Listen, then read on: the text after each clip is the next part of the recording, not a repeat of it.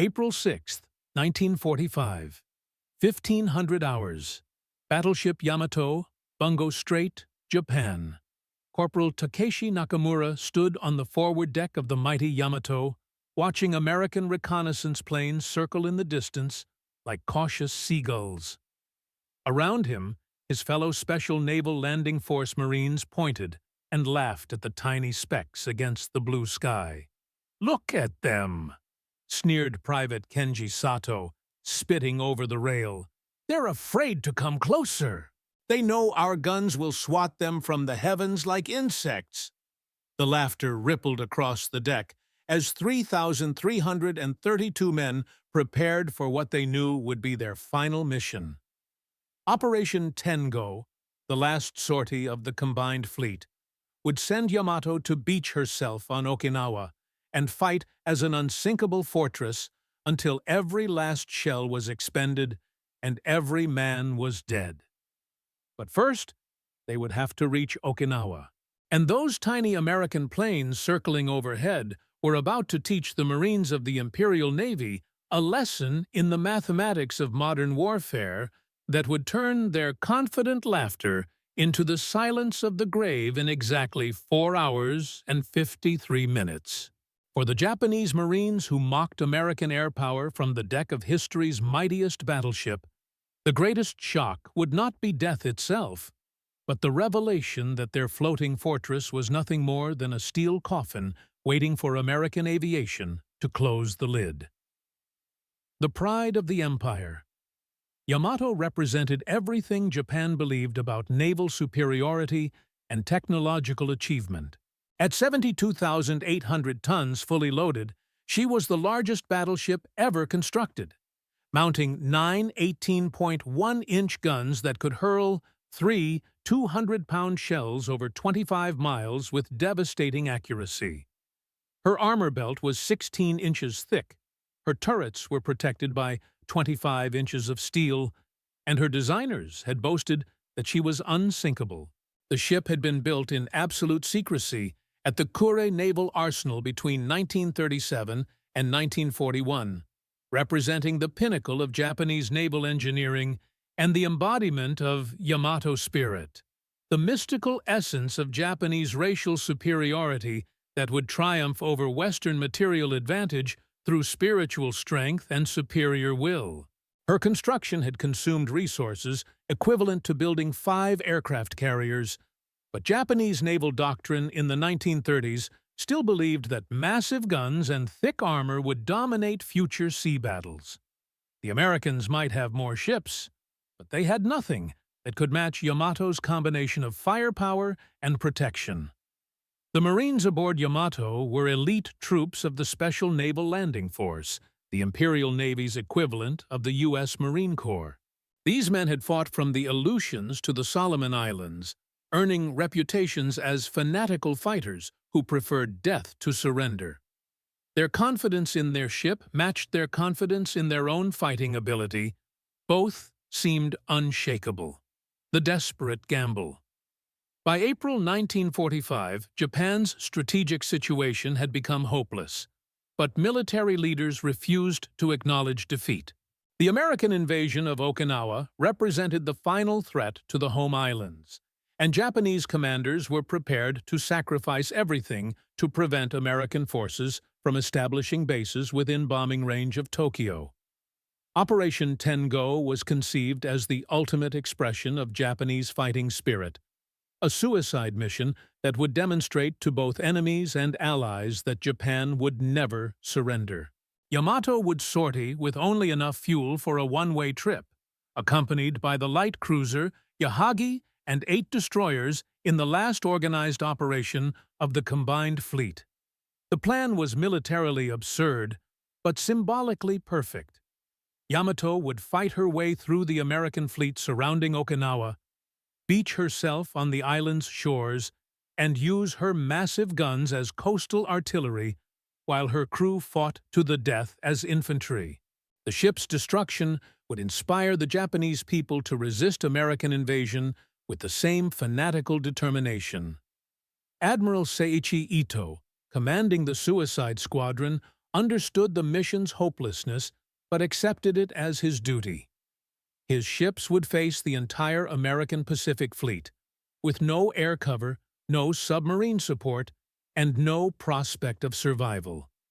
The operation represented everything that was both heroic and tragically futile about Japanese military culture. The American response.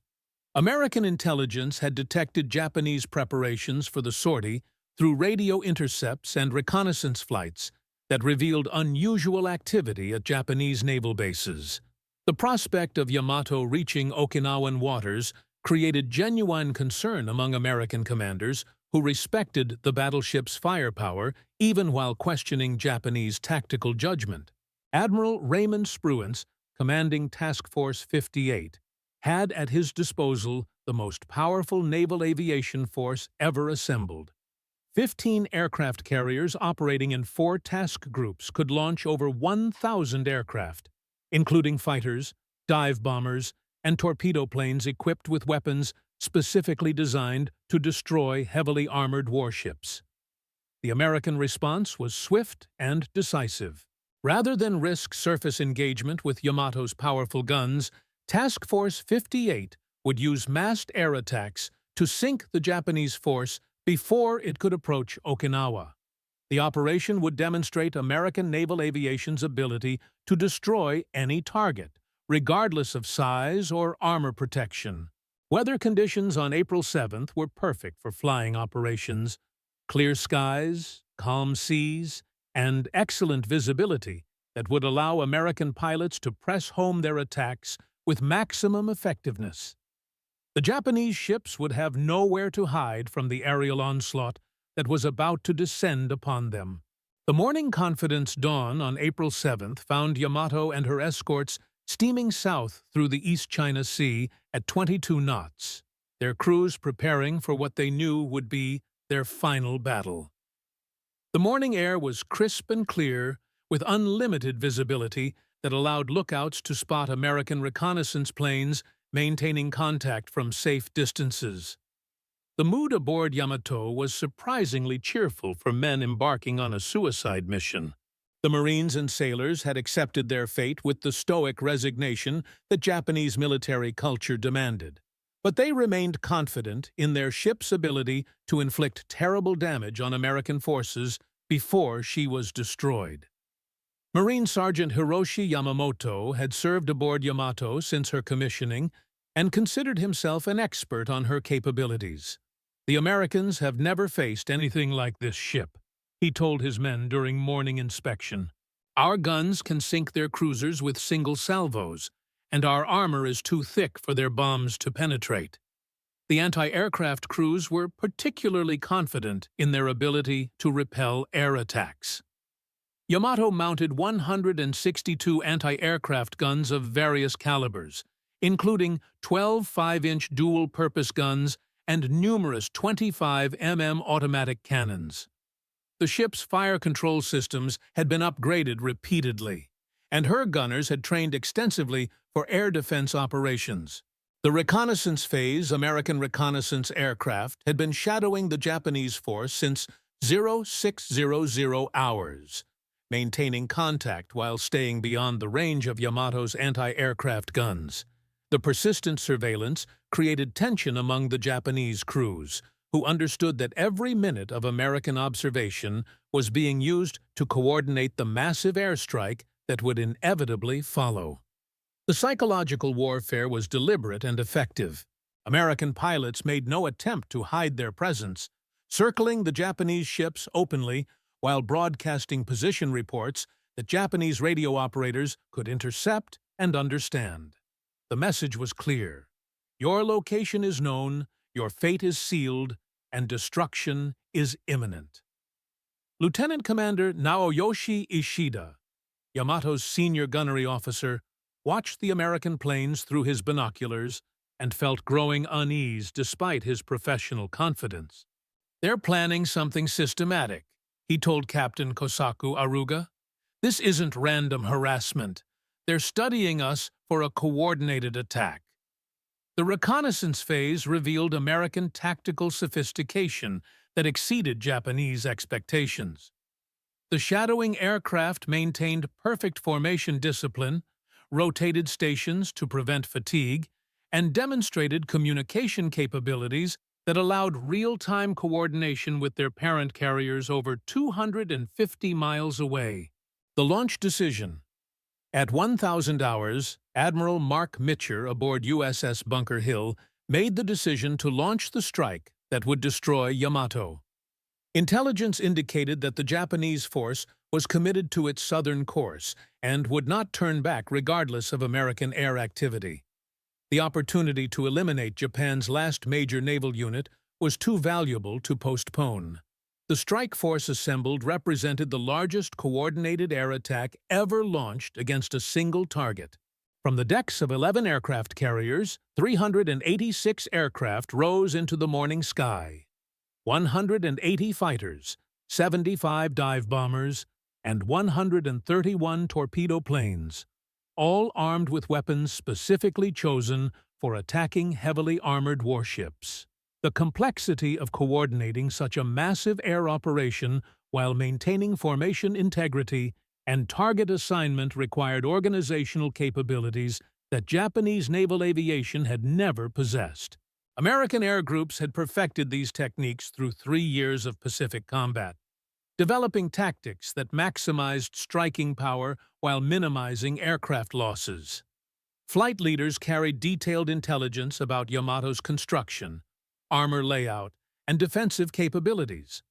American technical intelligence had analyzed captured Japanese documents and interrogated prisoners to develop attack plans that exploited known weaknesses in battleship design. The final laughter. At 12:20 hours, lookouts aboard Yamato reported large formations of aircraft approaching from the southeast. The initial response among the ship's crew was almost festive. Finally, they would have the opportunity to demonstrate their anti-aircraft capabilities against massed American air attacks. The Marines manning the smaller caliber weapons joked about the target practice they were about to receive. "Count them as they fall," called out Corporal Nakamura to his gun crew. "The Americans are bringing us all the planes we could want to shoot down." The laughter spread throughout the ship as gun crews loaded their weapons and prepared for action. The confidence was genuine. These men truly believed that Yamato's massive bulk and heavy armament made her invulnerable to anything American aircraft could deliver against her. Captain Aruga maintained his position on the bridge wing, calmly observing the approaching formations through his binoculars. He had commanded Yamato for over a year and possessed complete faith in his ship's ability to survive air attacks that had destroyed lesser vessels. The Americans were about to discover what happened when aircraft challenged a properly designed battleship. The first wave arrives. The American attack began at 12:32 hours with strafing runs by F-6F Hellcat fighters that swept across Yamato's superstructure, their .50 caliber machine guns cutting down anti-aircraft crews and creating chaos on the exposed decks. The precision of the attacks immediately demonstrated that American pilots had studied their target carefully. The strafing attacks were followed within minutes by dive-bombing runs from SB-2C Helldiver aircraft that approached at steep angles to maximize their chances of penetrating Yamato's armored deck. The 1,000-pound armor-piercing bombs created tremendous explosions that shook the entire ship, but the initial hits failed to cause critical damage to vital systems. The Marines manning anti-aircraft positions fought back with desperate courage, maintaining their fire even as American fighters swept their positions repeatedly. The noise was overwhelming, the roar of aircraft engines, the chatter of machine guns, the crash of exploding bombs, and the screams of wounded men created an audio landscape of industrial violence. Marine Private Sato found himself operating a 25 gun after the regular crew had been killed by strafing. "They keep coming," he shouted to his loader. "No matter how many we hit, more keep coming." The seemingly endless stream of American aircraft suggested resources that exceeded anything Japanese forces had ever deployed. The torpedo attacks begin. The most dangerous phase of the American attack began at 12:45 hours when TBF Avenger torpedo bombers approached Yamato at low altitude, skimming just above the wave tops to deliver their Mark 13 torpedoes against the battleship's vulnerable underwater hull. These weapons represented the greatest threat to any surface vessel, regardless of armor protection. The torpedo attacks required extraordinary courage from American aircrew who had to maintain steady courses through intense anti-aircraft fire while approaching within 1,000 yards of their target. Many aircraft were shot down during their attack runs, but enough survived to deliver multiple torpedo hits that began the process of Yamato's destruction. The first torpedo struck Yamato's port side at 12:47 hours, creating a massive explosion that sent shock waves throughout the ship. The hit flooded several compartments and created a slight list to port that gradually increased as additional torpedoes found their mark. The mathematical reality of naval warfare was beginning to assert itself. Damage control parties rushed to seal ruptured bulkheads and pump out flooded compartments, but the sheer volume of water entering the ship exceeded their capabilities. Chief Petty Officer Kenji Matsumoto, supervising damage control efforts in the forward section, realized that Yamato was fighting a losing battle against the sea itself, the systematic destruction. The American attack continued with methodical precision as successive waves of aircraft focused on specific areas of the ship to achieve maximum cumulative damage. Dive bombers concentrated on the superstructure and gun turrets while torpedo planes targeted the hull at and below the waterline. By 1300 hours, Yamato had absorbed at least 6 torpedo hits and multiple bomb strikes that had started fires throughout the ship and flooded numerous compartments. The list to port was increasing steadily, making it difficult for anti-aircraft crews to maintain accurate fire against attacking aircraft. The Marines, who had laughed at American airpower 2 hours earlier, were now fighting desperately to keep their ship afloat, while American planes continued their methodical destruction. The confidence that had characterized the morning had been replaced by grim determination to sell their lives as expensively as possible. Captain Aruga ordered counter-flooding to correct the ship's list, but damage control systems were failing throughout Yamato as fires spread, and electrical power was lost to critical systems. The ship that had been designed to be unsinkable was proving vulnerable to coordinated air attack that exceeded her designer's assumptions. The death spiral. By 13:30 hours, Yamato's list had increased to 15 degrees, making normal operations impossible and suggesting that the ship was beyond saving. Additional torpedo hits continued to flood compartments faster than damage control parties could cope, while fires raged unchecked in areas where water pressure had failed. The anti-aircraft guns were gradually being silenced as their crews were killed or wounded. Ammunition supplies were disrupted by bomb damage, or electrical power failed to the fire control systems. American aircraft were encountering decreasing resistance as they pressed home their attacks with growing boldness. Marine Corporal Nakamura, wounded by bomb fragments but still manning his position, watched American planes approach with impunity and realized that Yamato's defenses had been systematically destroyed. "We can't stop them," he told his remaining crew members. "They've beaten us." The psychological impact of watching their mighty ship being methodically destroyed created despair among crew members who had never imagined that anything could threaten Yamato's survival. The reality of American air power was overwhelming every assumption they had held about naval warfare. The final moments, at 14:05 hours, Yamato's list had increased to 35 degrees, making it impossible for the remaining gun crews to elevate their weapons or maintain their footing on the increasingly steep decks.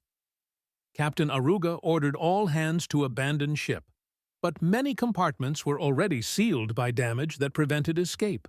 The final torpedo hits at 14:17 hours caused catastrophic flooding that pushed Yamato beyond her stability limits.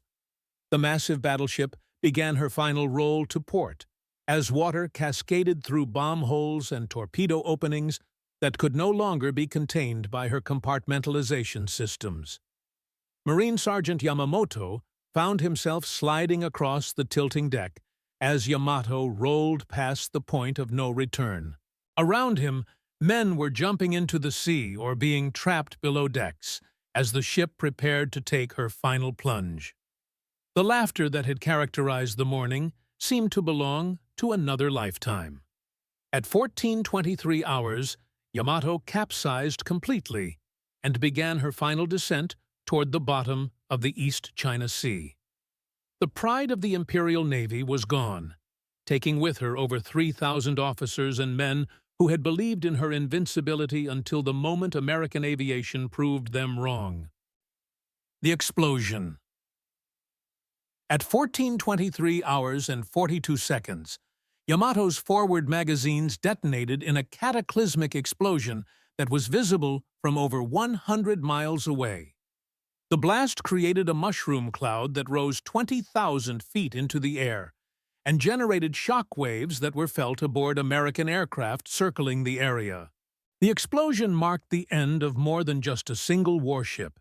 It represented the destruction of Japan's faith in battleship supremacy and the traditional naval warfare that had dominated military thinking for centuries.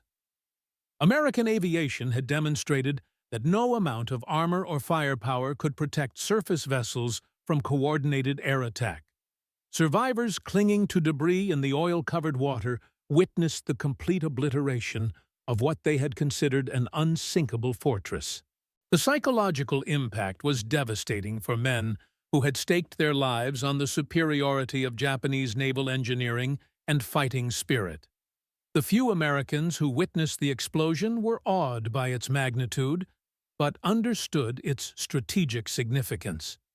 They had participated in the destruction of Japan's last major naval unit, and the final demonstration of American air power's dominance over all forms of surface warfare.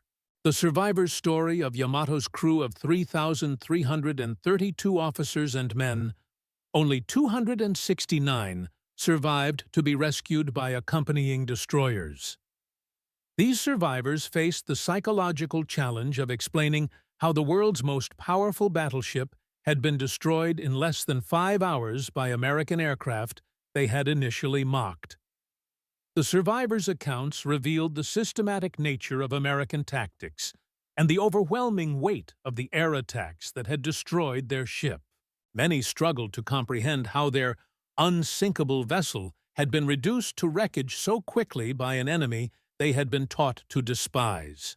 Corporal Nakamura, pulled from the water by the destroyer Fuyutsuki, spent the rest of his life trying to reconcile his memories of confident laughter with the reality of Yamato's destruction. "We thought we were invincible," he wrote decades later. "The Americans taught us that nothing is invincible when you have enough airplanes." The psychological trauma experienced by survivors extended beyond individual grief to encompass the collapse of fundamental beliefs about Japanese military superiority and the nature of modern warfare. They had witnessed the death of naval tradition and the birth of aviation dominance in the span of a single afternoon. The American achievement. The destruction of Yamato represented the culmination of American naval aviation development that had begun with the attack on Pearl Harbor and evolved through 3 years of Pacific combat. The coordinated strike demonstrated capabilities that no other naval force in the world could match. American losses during the attack were remarkably light. 10 aircraft shot down and 12 aircrew killed or missing. The exchange ratio of American lives for Japanese lives was approximately 1:250, demonstrating the enormous advantage that superior tactics and equipment provided in modern warfare. The technical achievement of coordinating 386 aircraft from multiple carriers in a single strike against a moving target represented organizational capabilities that exceeded anything attempted in previous naval history. American naval aviation had mastered the complexities of mass aerial warfare through systematic training and combat experience. Admiral Mitcher's after-action report noted that American pilots had pressed home their attacks with skill and courage that proved decisive in achieving rapid destruction of the target. The operation validated American tactical doctrine that emphasized coordinated air power over traditional surface engagement. The strategic impact. The destruction of Yamato eliminated Japan's last major naval unit capable of threatening American operations around Okinawa or any other target. The psychological impact on Japanese military leadership was devastating, as it proved conclusively that American air power could destroy any target regardless of size or protection. Japanese naval officers who learned of Yamato's fate understood that traditional naval warfare had become obsolete, and that Japan possessed no weapons capable of challenging American control of Pacific waters. The loss represented more than tactical defeat. It marked the end of Japanese naval power as a strategic factor.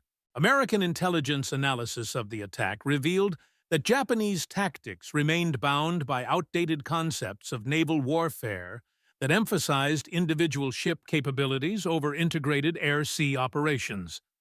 The Japanese failure to provide air cover for their surface units made their destruction inevitable. International observers who learned about Yamato's destruction recognized that naval warfare had been revolutionized by the demonstration of American air power capabilities. The age of battleship dominance had ended, replaced by aviation that could strike any target with overwhelming force. The cultural shock. For Japanese military culture, the loss of Yamato represented more than material defeat. It challenged fundamental assumptions about spiritual strength overcoming material disadvantage. The ship's destruction by American technical warfare contradicted beliefs about Japanese moral superiority. The speed and completeness of Yamato's destruction shocked Japanese leaders, who had expected their greatest warship to inflict significant damage on American forces before being overwhelmed. Instead, American tactics had achieved one-sided victory that demonstrated complete tactical and technological superiority. Japanese propaganda had portrayed American fighting methods as cowardly reliance on material advantages rather than warrior spirit. Yamato's destruction proved that American materialism could achieve decisive results that Japanese spiritualism could not match or counter effectively. The cultural implications extended beyond military affairs to questions about Japanese national character and destiny. If American technology could destroy Japan's greatest achievements so easily, what did this suggest about Japanese claims to racial and cultural superiority? The ultimate irony. The greatest irony of Yamato's destruction lay in the fact that American aircraft accomplished in hours what Japanese planners had never expected any enemy force to achieve. The ship designed to be unsinkable was sunk by weapons that Japanese doctrine had considered inadequate against heavily armored targets. The laughter that had characterized Japanese attitudes toward American air power at the beginning of the mission was replaced by silence as survivors contemplated the wreckage of their fundamental assumptions about warfare and technology. Their confidence had been as illusory as their ship's invincibility. American success in destroying Yamato validated tactical and technological approaches that Japanese military culture had dismissed as unworthy of true warriors. The victory of material over spirit challenged Japanese beliefs about the sources of military strength. The final recognition. In the end, the Japanese Marines, who had laughed at American air power until Yamato sank beneath them, learned the ultimate lesson about modern warfare, that industrial capacity, technological sophistication, and organizational efficiency would determine victory regardless of individual courage or fighting spirit. The 5 hours required to destroy history's mightiest battleship represented more than tactical achievement. They marked the moment when Japanese recognition of defeat became psychologically complete. No amount of determination or sacrifice could overcome the mathematical certainties of American industrial superiority. The silence that replaced laughter in Yamato's final moments echoed across the Pacific as Japan confronted the reality that continued resistance was futile against an enemy whose capabilities exceeded every assumption about what was possible in warfare. The pride of the Imperial Navy had become a monument to the power of American aviation and the obsolescence of Japanese military thinking. For the few survivors who lived to tell the story, Yamato's destruction remained proof that wars were won by industrial systems rather than warrior spirit, by technological advantage rather than moral superiority, and by the side that could build the most aircraft rather than the side that could die most courageously. The laughter had died with their ship, replaced by the understanding that American air power ruled both sky and sea in a war that Japan could never win.